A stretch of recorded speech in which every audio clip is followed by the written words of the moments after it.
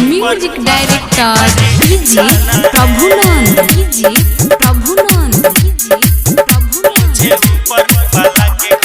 मरिचहवा बाजार।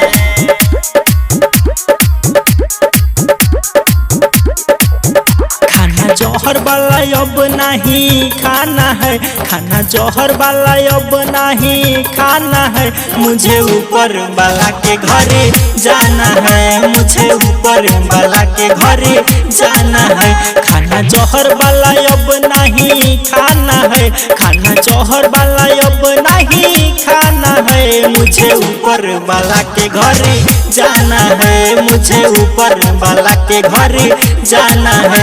खुशी रही हो सबके बताना है, खुशी रही हो तू सबके बताना है, खुशी रही हो तू सबके बताना है, खुशी रही हो तू सबके बताना है। मुझे ऊपर वाला के घरे जाना है, मुझे ऊपर वाला के घरे जाना है, मुझे ऊपर वाला के घरे जाना है।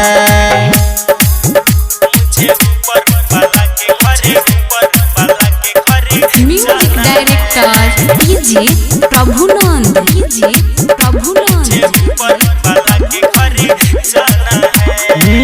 मीठी मीठी वादा हमसे करत रहल बात हो,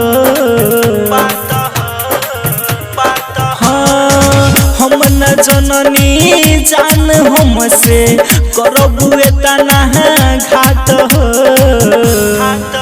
तोरा अखिया के सोझा नहीं आना है, तोरा अखिया के सोझा नहीं आना है।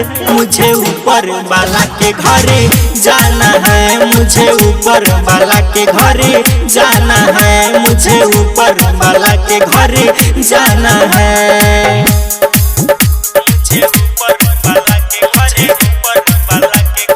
म्यूजिक डायरेक्टर डीजे प्रभुनंद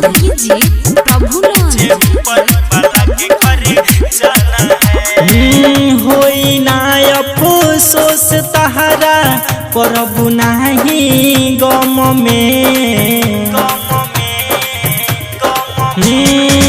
हमारा जैसन मीना कतही खोजबू सात जनम में।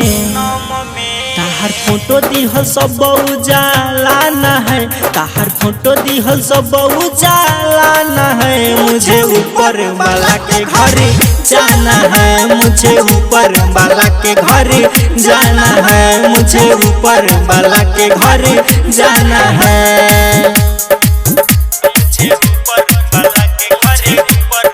Music director DJ Prabhunand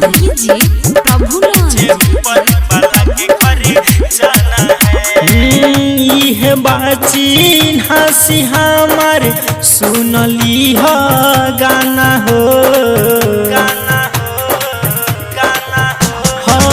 writer आशिक राज तोहर रहे जन दीवाना हो।